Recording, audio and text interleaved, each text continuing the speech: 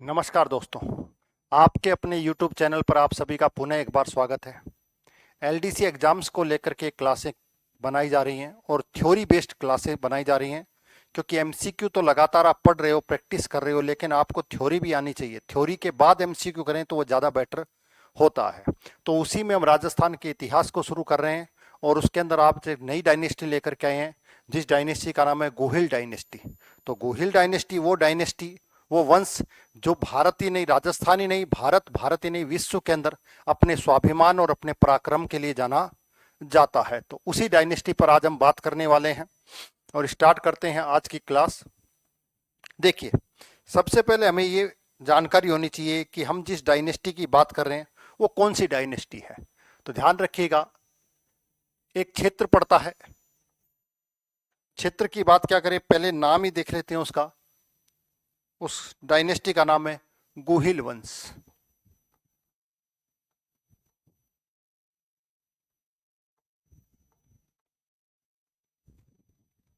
ये गोहिल वंश जिसने पराक्रम और शौर्य के बल पर अपने आप को इतिहास में स्थापित किया स्वर्णिम अक्षरों में, यही आगे चल करके सिसोदिया वंश के रूप में जाना जाएगा समय कालखंड के बाद। तो इसी गोहिल वंश पर हम आज बात करने वाले हैं। तो पहली तो ये ध्यान रखें, गोहिल वंश का मतलब सिंपल सी बात ध्यान रखिएगा, यानी कि इस वंश का संस्थापक कहीं ना कहीं गोहिल, या कई जगह आपको देखने को मिलेगा गोहिलादित्य। एक ही जानकारी ध्यान रखिएगा, इस वंश का संस्थापक गोहिल या गोहिलादित्य को माना जाता है, उसी के नाम से इस वंश को जाना जाता है। पहली चीज तो ये सामान्य सी जानकारी है। अब बात करें गोहिल वंश ने क्षेत्र, कौन सा क्षेत्र था जहां पर इन्होंने शासन स्थापित किया। तो पहली चीज ध्यान रखिएगा, गोहिल वंश का जो क्षेत्र था उस क्षेत्र को मूल रूप से क्या कहा जाता था, उस क्षेत्र को मेवाड़ कहा जाता था। गोहिल डायनेस्टी ने शासन कहां पर स्थापित किया, मेवाड़ में स्थापित किया। तो आखिर मेवाड़ के स्थान पर शासन स्थापित किया, तो मेवाड़ में कौन कौन सा क्षेत्र मुख्य रूप से आता है। तो ध्यान रखिएगा, मेवाड़ के अंदर मुख्य रूप से इसके अंदर कौन सा आएगा, तो इसके अंदर मेनली मुख्य रूप से उदयपुर, ध्यान रखिएगा, चित्तौड़,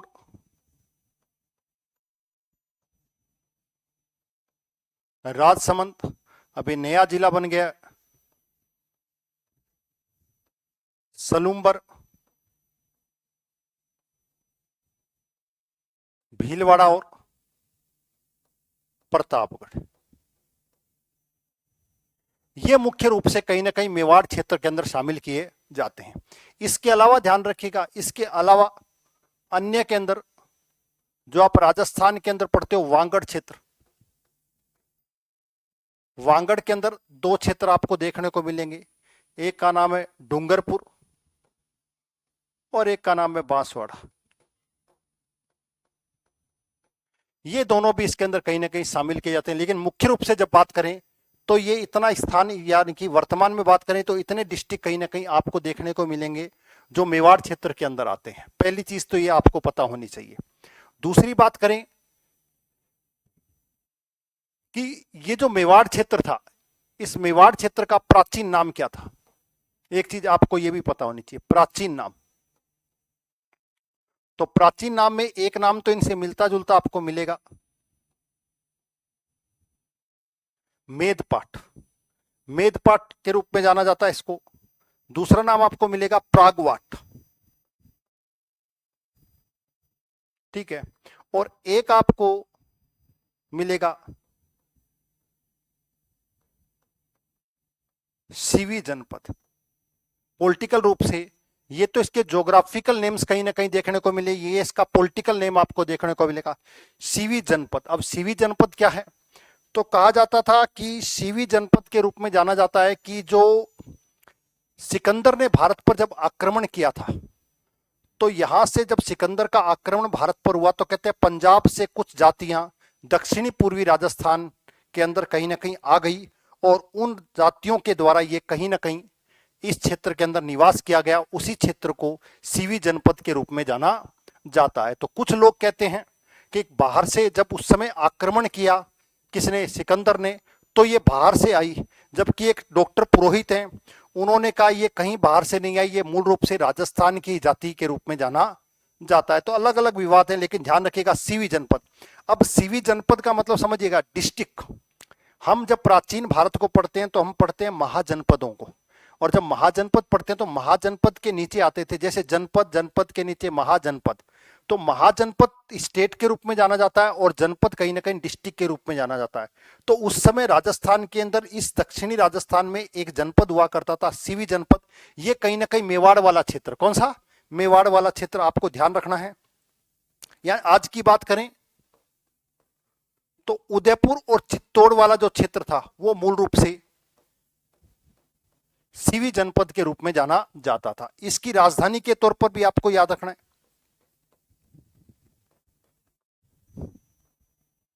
इसकी राजधानी मध्यमिका आपको देखने को मिलेगी, या कई जगह पर नाम मिलेगा माध्यमिका। ये इसकी राजधानी हुआ करती थी। वर्तमान में अगर इसको खोजें कि मध्यमिका या माध्यमिका कहां पर है, तो ध्यान रखिएगा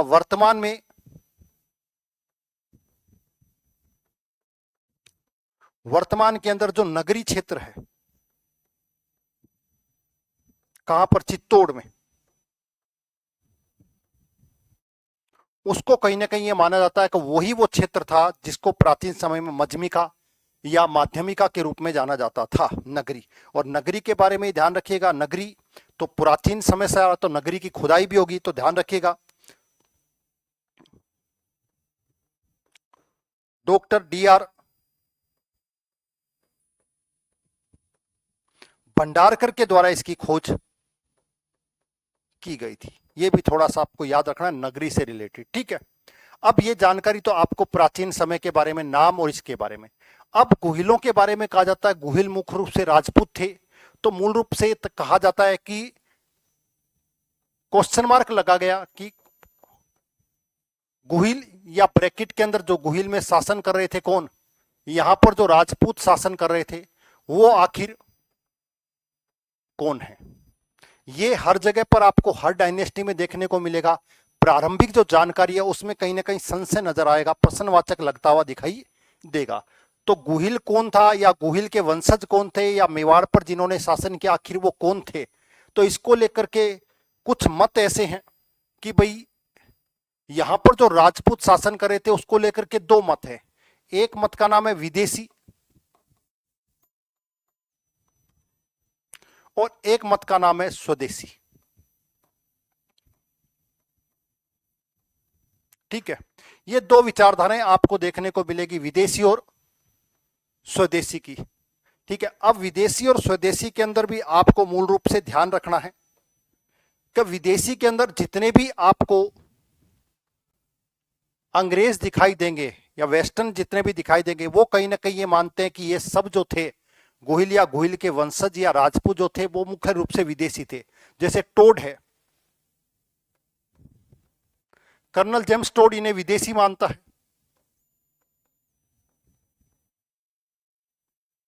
गुर्जर प्रतिहारों के संबंध में वो कहता है शक या सीथियन की संतान माने जाते हैं, इसको ध्यान रखिएगा। दूसरा आपको ध्यान रखना, स्मिथ कहता है कि विदेशी जो मध्य एशिया की जाति थी, कौन सी, हूण से इनका संबंध कहीं ना कहीं जोड़ने की कोशिश करता है। कनिंघम की बात करें तो कनिंघम भी कहीं ना कहीं इनको विदेशी मानता है, यानी कि कुषाणों से इनको रिलेट करता है। तो विदेशियों की जब भी बात आएगी तो ध्यान रखिएगा, इन सब ने कहीं ना कहीं राजपूतों को, या राजपूतों की जो भी कैटेगराइज है जैसे प्रतिहार, इन सब को कहीं ना कहीं इन्होंने बाहरी और विदेशी ही बताया। इसमें सबसे महत्वपूर्ण फैक्ट्स जो है, प्रतिहारों में तो हम इनको स्पेशल पढ़ते हैं, लेकिन जब भी आप गुहिल को पढ़ोगे तो एक व्यक्ति को जरूर पढ़िएगा जिसका नाम है अबुल फजल। अबुल फजल, अबू फजल क्या कह रहा है उसको ध्यान रखिएगा, क्योंकि इंपॉर्टेंट है इसलिए बता रहा हूं। क्योंकि अबुल फजल का जो एग्जाम में आपके आने की संभावना है कि अबुल फजल ये कह रहा है कि ये कहीं ना कहीं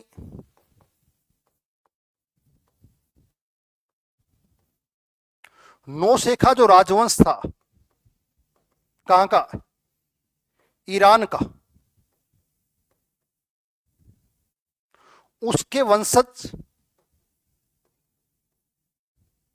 या नौशेखा जो था राजा, नौशेखा आदिल, उसके नौशेखा जो उसका पुत्र था, उसके वंशज कहीं ना कहीं माने जाते हैं। तो ईरान से संबंध बता रहा है कौन? अबुल फजल। और ये सबसे इंपॉर्टेंट है, ध्यान रखिएगा इन सब के अंदर। क्यों? क्योंकि हम सबको तो पढ़ रहे हैं, लेकिन ध्यान रखिएगा कि जैसे गुजरों में कुछ महत्वपूर्ण चीजें आपने पढ़ी हैं, वैसी ही यहां पर जब गुहिलों की बात करेंगे तो इसमें विदेशी के रूप में सबसे इंपॉर्टेंट टोड स्मिथ कनिंघम ना होकर के अबुल फजल को माना जाता। एक चीज तो ये ध्यान रखिएगा। ये तो हो गया विदेशी। अब बात करेंगे स्वदेशी को लेकर। तो स्वदेशी को लेकर के एक मूल चीज ध्यान रखिएगा, स्वदेशी को लेकर कहा जाता है कि ये कहीं ना कहीं ब्राह्मण वंशीय थे। यानी इनको इनको जोड़ा गया कि शुरुआत में ये क्या थे? ब्राह्मण थे। तो इसको लेकर के अलग अलग लोगों के मत है। मैंने कहा ना, राजपूतों को लेकर के, प्रतिहारों को लेकर के, कोई कह रहा क्षत्रिय है, कोई कह रहा ब्राह्मण है, कोई कह रहा निम्न कुल के हैं, कोई कह रहा उच्च कुल के हैं, कोई कह रहा विदेशी है। तो ये फैक्ट्स आपको याद होने चाहिए, क्योंकि एग्जामिनर आज की तारीख में जो पेपर में बना रहे हैं वो मेनली ना जाकर के शुरुआत से ही किसी न किसी डायनेस्टी से क्वेश्चन ज्यादा पुट करते हैं। तो शुरुआत आपको याद रखनी है ब्राह्मण वंश के रूप में। तो ब्राह्मण के रूप में इनको स्वीकार करने वाले, आपको एक नाम पता होगा, गोपीनाथ शर्मा।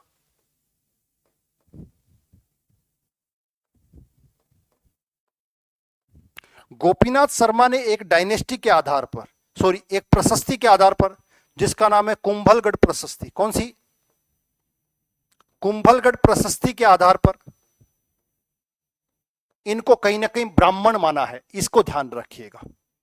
दूसरे व्यक्ति का नाम आपको याद रखना है, मुहनोत नैन्सी। मुहनोत नैन्सी बे, नैन्सी की ख्यात आपको पता ही है, मारवाड़ के शासक के समय जसवंत सिंह के दरबारी के रूप में जाने जाते हैं। कौन? मुनोत नैन्सी। तो मुनोत नैन्सी में भी इनका संबंध कहीं ना कहीं ब्राह्मणों से जोड़ा है। इसके अलावा जो आपको डॉक्टर D.R.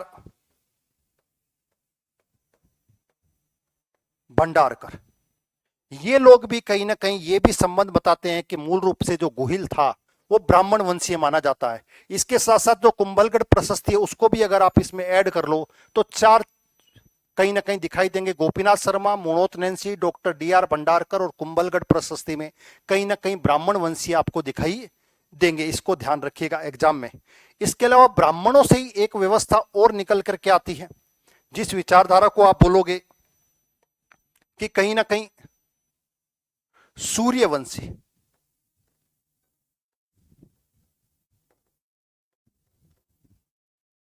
इनको सूर्यवंशी माना गया। सूर्यवंशी तो बाय डिफॉल्ट भी होगा क्योंकि रघुवंशी थे। अब रघुवंशी थे तो आपको पता होगा कि हिंदुजा सूरज कहलाते थे। तो हिंदुजा सूरज कहीं ना कहीं राघव, रघु, और वो कहीं ना कहीं सूर्यवंशी के रूप में थे। ये तो ठीक है। इसके अलावा ध्यान रखिएगा कि जो आपके गौरी शंकर हीराचंद ओझा हैं, गौरी शंकर हीराचंद ओझा, वो कहीं ना कहीं इनको सूर्यवंशी के रूप में स्वीकार करते हैं। तो ये जानकारी आपके पास स्तर पर होनी चाहिए जब भी हम गुहिल वंश को पढ़े। एक चीज और रह गई कि शुरुआत में इनका प्रारंभिक क्षेत्र कौन सा था। जैसे हम मेवाड़ की बात कर रहे हैं तो कुछ लोगों का ये मत है कि ये कहीं ना कहीं शुरुआत में यहां पर नहीं थे, बाहर से किसी दूसरे क्षेत्र से यहां पर आकर इन्होंने अपने आप वंश की क्या करिए स्थापना की है। इसको लेकर भी कुछ लोगों के अलग अलग मत हैं, उसमें ध्यान रखिएगा। एक मत आपको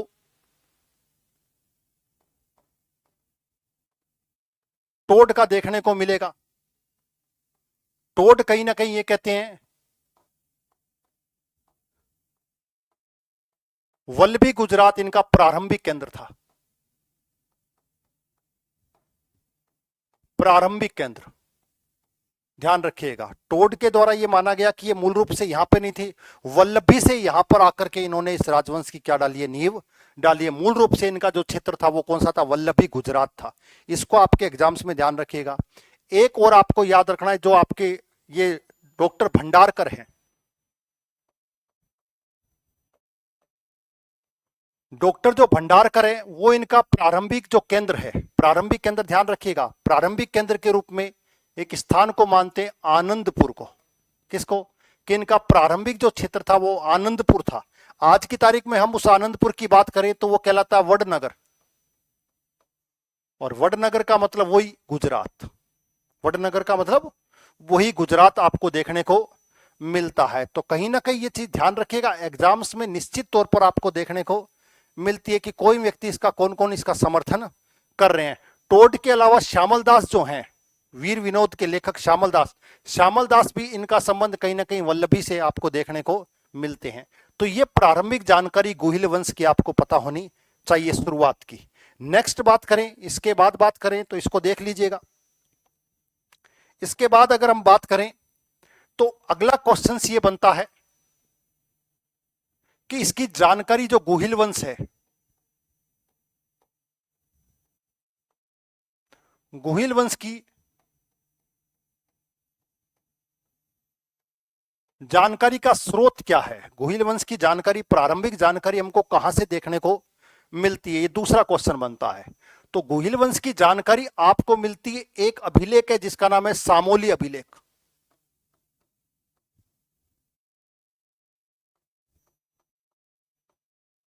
नाम सुना होगा आपने, कौन सा? सामोली अभिलेख। एग्जाम्स में बड़ा बड़ा परिचित और बड़ा पूछा भी जाता है कि सामोली अभिलेख के बारे में जानकारी दीजिए। तो पहला तो ये आपको पता होना चाहिए सामोली अभिलेख है कहां पर। तो ये ध्यान रखिएगा, ये उदयपुर में है। और दूसरा, इसका कालखंड आपको याद रखना है 646 ईस्वी इसको माना जाता है। अब इसके अंदर जानकारी क्या मिलती है? तो इसके अंदर जानकारी मिलती है प्रारंभिक 5 शासकों की जानकारी मिलती है। प्रारंभिक 5 शासकों की जानकारी आपको इसके अंदर देखने को मिलती है।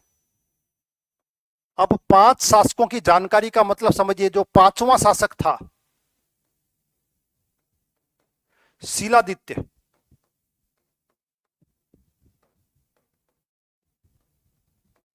उस शीलादित्य के समय का ये सामोली अभिलेख माना जाता है। उसमें शुरुआत के 5 शासकों की जानकारी मिलती है। फर्स्ट नंबर पर गुहिल, या जिसे हम कहते हैं गुहिलादित्य।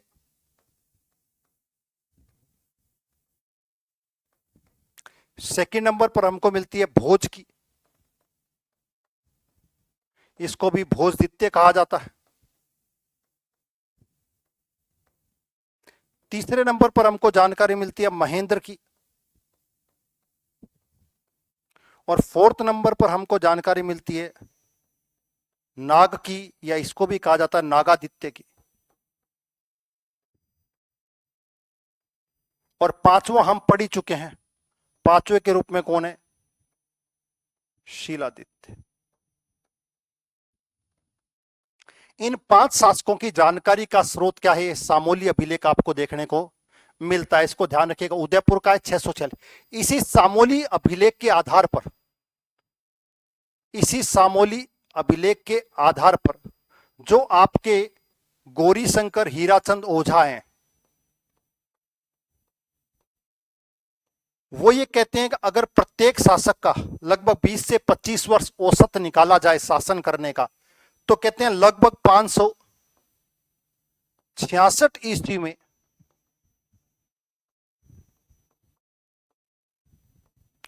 गुहिल के द्वारा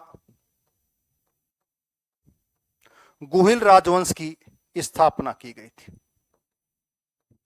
राजवंश की स्थापना की गई थी किसके आधार पर? सामोली अभिलेख के आधार बनाकर गौरी शंकर हीराचंद ये कहते हैं कि प्रारंभिक जो जानकारी है उसके आधार पर ये लगता है 646 से अगर हम 20 से 25 वर्ष औसत एवरेज निकाले किसी शासक की, तो 566 ईस्वी हमको ये जानकारी मिलती है कि गुहिल उस समय क्या कर रहा होगा? शासन कर रहा होगा। ये जानकारी आपको मिलती है, पहली चीज।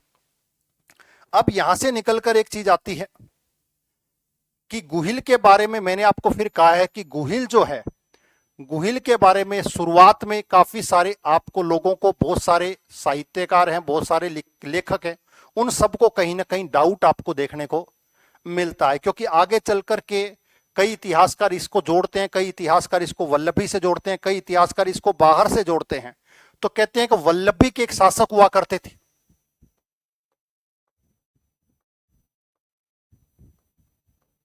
वल्लभी के शासक हुआ करते थे, उनका नाम भी था नागादित्य, सॉरी शीलादित्य। उनका नाम हुआ करता था शीलादित्य और उनकी पत्नी थी पुष्पावती। कहते थे ये दोनों ही कहीं ना कहीं पिता और ये माता के रूप में जाने जाते हैं। किसके? गुहिल के। कि ये वल्लभी के कहीं ना कहीं शासक हुआ करते थे, इसलिए लोग इनका संबंध कहां से मानते हैं? वल्लभी से मानते हैं। एक चीज तो ये ध्यान रखिएगा। दूसरी जानकारी आपको मिलती है जो गुहिल है, कहते हैं गुहिल की जानकारी का एक स्रोत और है। कहते हैं कि एक व्यक्ति है जिसका नाम है कार्लाइल। कार्लाइल को क्या मिली है? मुद्राएं मिली है। और मुद्रा कहां से मिली है? आगरा से मिली है।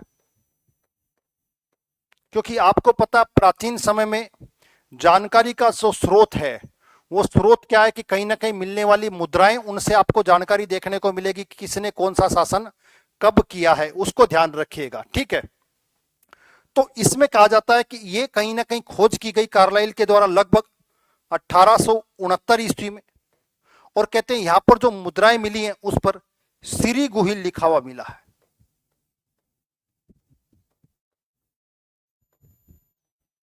तो ये कहीं ना कहीं ये साबित होता है कि गुहिल से ही इस वंश को कहीं ना कहीं प्रारंभ माना जाता है। एक तो ये ध्यान रखिएगा। एक व्यक्ति और है जिसको भी आपको याद रखना है, जिसका नाम है कनिंघम। कनिंघम को भी ऐसी मुद्राएं आपको देखने को मिली है नरवर के क्षेत्र में।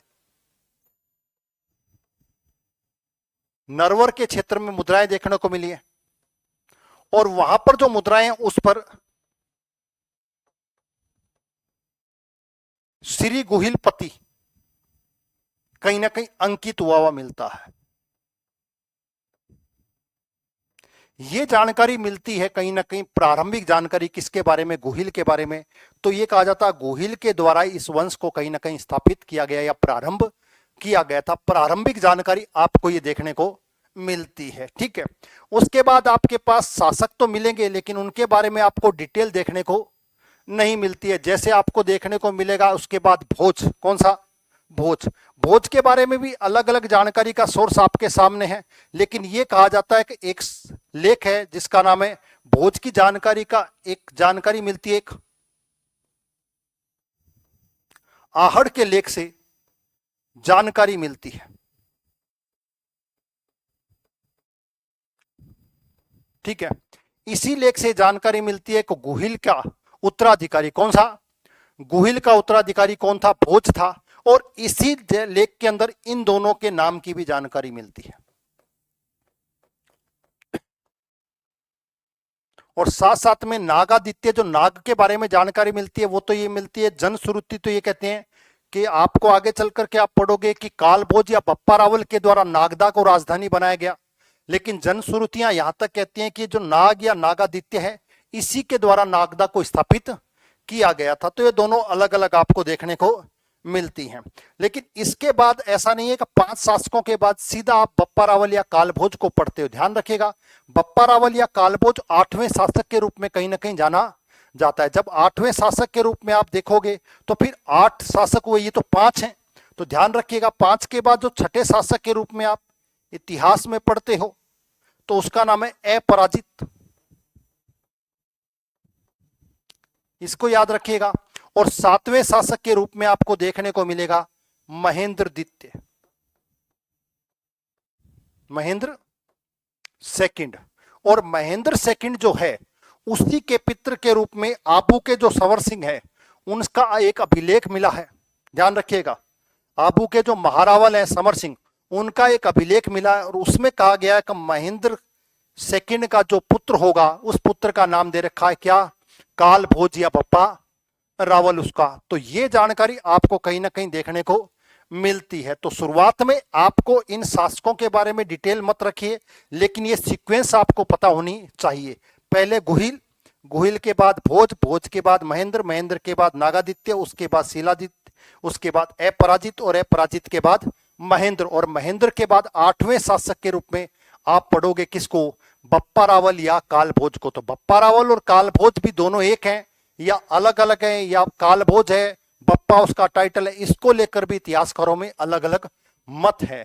तो प्रारंभिक जानकारी ये आपको पता होनी चाहिए, इतनी डिटेल आपके पास होनी चाहिए, इससे ज्यादा आपको शुरुआत में आवश्यकता नहीं है। अब हम नेक्स्ट क्लास के अंदर पढ़ेंगे कहां से, जहां से लगातार कंटिन्यूटी आपको डिटेल देखने को मिलती है, जिसका नाम है बप्पा रावल या कालभोज, जिसको इसका वास्तविक संस्थापक कहीं ना कहीं माना जाता है। लेकिन वहां पर भी विवाद आपको देखने को मिलेंगे। मैंने फिर कहा, कुछ लोग उसका नाम जोड़ते हैं महेंद्र से, कुछ इतिहासकार उसका नाम जोड़ते हैं कहीं ना कहीं शिलादित्य से, कुछ इतिहासकार यहां तक कि उसका नाम जोड़ते हैं खुमान से, जबकि खुमान उनके बाद आया, लेकिन फिर भी जोड़ते हैं। और एक ले दे करके आपको ये ध्यान रखना है कि जो आपके गौरीशंकर हीराचंद ओझा हैं, वही कहीं ना कहीं ये कहते हैं कि कालभोज ही नाम था, बप्पा उनका टाइटल के रूप में था। बाकी सब ने इस नाम से दूसरा नाम भी इंडिकेट किया है। कोई महेंद्र के बारे में बता रहा है और कोई कोई ना कहीं आपको देखने को मिलेगा, कोई खुमान के बारे में बता रहा है और कहते हैं कोई शिलादित्य के बारे में भी बता रहा है। तो अगली क्लास में हम इसको देखेंगे। आज के लिए आपके लिए प्रारंभिक जानकारी थी, तो आपको इतनी जानकारी कम से कम होनी चाहिए। शुरुआत हमने गुहिल के बारे में करी थी, संस्थापक गुहिल वंश का, इसको देखिएगा। दूसरा एक चीज, दो तीन चीजें अलग अलग करके भी आप पढ़िएगा तो ज्यादा अच्छा रहेगा। जैसे मुख्य रूप से मेवाड़ में किस किस को शामिल करते हैं उसको ध्यान रखिएगा। प्राचीन नाम, मेवाड़ का प्राचीन नाम आपको पता होना चाहिए। उसके समय की एक जनपद आपको पता होनी चाहिए, सीवी जनपद। सीवी जनपद के बारे में भी मैंने आपको कहा था कि कहीं ना कहीं आपको वेदों के अंदर और बौद्ध साहित्य में सीवी जनपद की जानकारी आपको देखने को मिलती है। और कहा जाता है कि जब आक्रमण किया था सिकंदर ने, तब ये लोग कहीं ना कहीं राजस्थान में मूव कर गए थे। सीवी जनपद आज की तारीख में उदयपुर, चित्तौड़, और इसकी राजधानी के तौर पर कौन सा? मध्यमिका या मध्यमिका। और वर्तमान में स्वरूप उसका माना गया कौन सा? नगरी। और नगरी की खोज भी किसने करी थी? डॉक्टर भंडारकर के द्वारा की गई थी। कुछ इनकी उत्पत्ति को लेकर है कि मूल रूप से आखिर कौन है राजपूत या कौन है गुहिल के वंशज, तो इसको लेकर के विदेशी मत भी है, स्वदेशी मत भी है। विदेशी मत के अंदर आपको ये कैरेक्टर दिखाई देंगे, स्वदेशी के अंदर आपको ये तीन व्यक्ति गोपीनाथ, मुणोत नैन्सी और डॉक्टर भंडारकर दिखाई देंगे। इसके अलावा सूर्यवंशी के रूप में आपको डॉक्टर गौरीशंकर हीराचंद ओझा और अबुल फजल के रूप में दिखाई देंगे। तो ये जानकारी आपकी थी, आज की क्लास इसीलिए थी, प्रारंभिक जानकारी आपको मिल जाए। अगली क्लास में हम बप्पा रावल या कालभोज से इसको स्टार्ट करेंगे। अगर ये वीडियो आपको लगता है कि अच्छा कंटेंट है, शॉर्ट और स्वीट और बिल्कुल काम का है, तो प्लीज वीडियो को लाइक और शेयर करें और चैनल को सब्सक्राइब जरूर करें। नेक्स्ट वीडियो में मिलते हैं, तब तक के लिए सभी को थैंक यू वेरी मच।